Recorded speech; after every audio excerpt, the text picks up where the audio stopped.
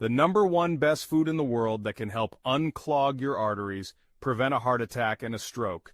This is better than aspirin. Aspirin has been around for 4,000 years. I don't know if you can see it, but it's a tiny little over-the-counter pill that's used for pain, fever, and yes, aspirin has saved a lot of lives. Hundreds of thousands of people over the years have been helped by aspirin. Before 2022, a lot more people were taking aspirin, and I think it was recommended for everyone over the age of 60 to take a baby aspirin every day to prevent heart attacks and stroke. But then, a report after 2022 said, no, not everyone should take this because there's some slight minor complications like bleeding, ulcers, bleeding in the brain. Aspirin does come with a package. It can cause side effects, and it's not for everyone. The reason why a lot of people take aspirin to help prevent a heart attack is because it thins the blood. What I mean by thinning the blood is it reduces the formation of a clot. 80% of all heart attacks and strokes come from a clot, not the blockage of cholesterol building up and forming a plaque. And just as a side note, almost 50% of heart attacks occur between 6 in the morning and 12 noon. And my theory about that is, you have higher levels of cortisol in the morning, and both cortisol and adrenaline can increase clotting and increase your chance of getting a heart attack or stroke. This is why you have something called the broken heart syndrome, where a loss of a loved one can increase your chance of getting a heart attack and a stroke by, like, 2,000%. Let me simply explain what aspirin does in your blood. Okay, you have these arteries, right?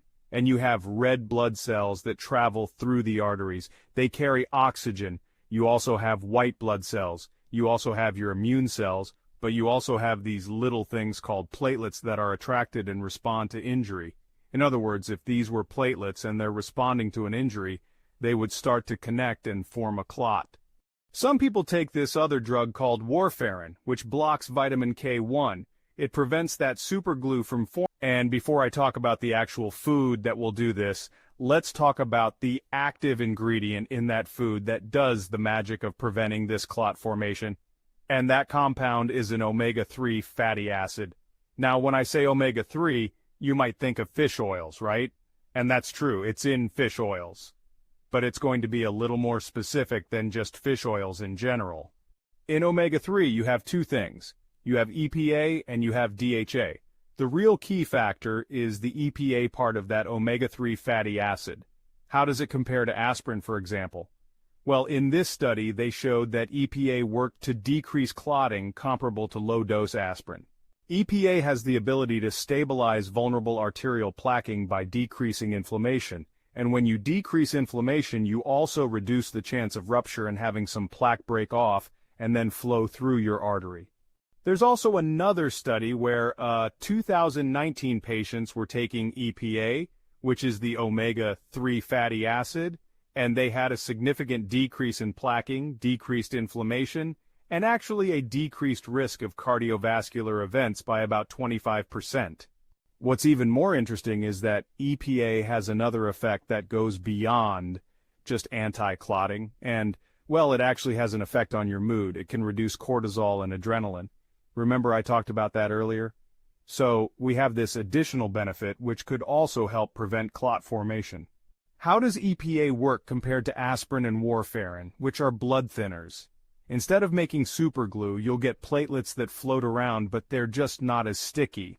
The omega-3 fatty acid EPA replaces a key ingredient, so the superglue can't even be formed in the first place. Why do I like that approach so much is because there's no side effects. Aspirin and warfarin have side effects, but EPA really doesn't. If we look at the best food that has EPA, you do have salmon, mackerel, you have any of the fatty fish, you also have fish oil, and all of those have plenty of EPA. But there's one additional food that has some extra benefits that take this to the next level, and that would be cod liver oil as well as cod liver. But either cod liver oil or cod liver will give you EPA. But it also gives you two additional factors that can, like I said before, take it to the next level: vitamin A and vitamin D. Vitamin A, and I'm talking about the active form called retinol. It helps the repair of the internal skin of the body, the sinuses, the colon, the lungs, the inside of the arteries. Vitamin A has potent anti-inflammatory effects, can also help decrease atherosclerotic plaquing in animal studies. But adding vitamin D in there takes it to the next level. In one study out of 1,000 compounds, vitamin D was the most effective to prevent damage to the internal layer of your arteries. This is why a lot of people take it for high blood pressure. Vitamin D decreases the stiffness of the arteries. It's actually a potent anti-inflammatory. It helps to stabilize plaquing so the plaquing doesn't plug up an artery, and it also has been known to help prevent rupturing and decrease arterial calcification, especially with the help of vitamin K2. So the number one best food for unclogging your arteries or maintaining the health of the arteries to prevent a heart attack or stroke is, well, cod liver oil or cod liver. And again, you can buy it in a can, just make sure it's wild caught. Thanks so much for watching, and I will see you in the next video.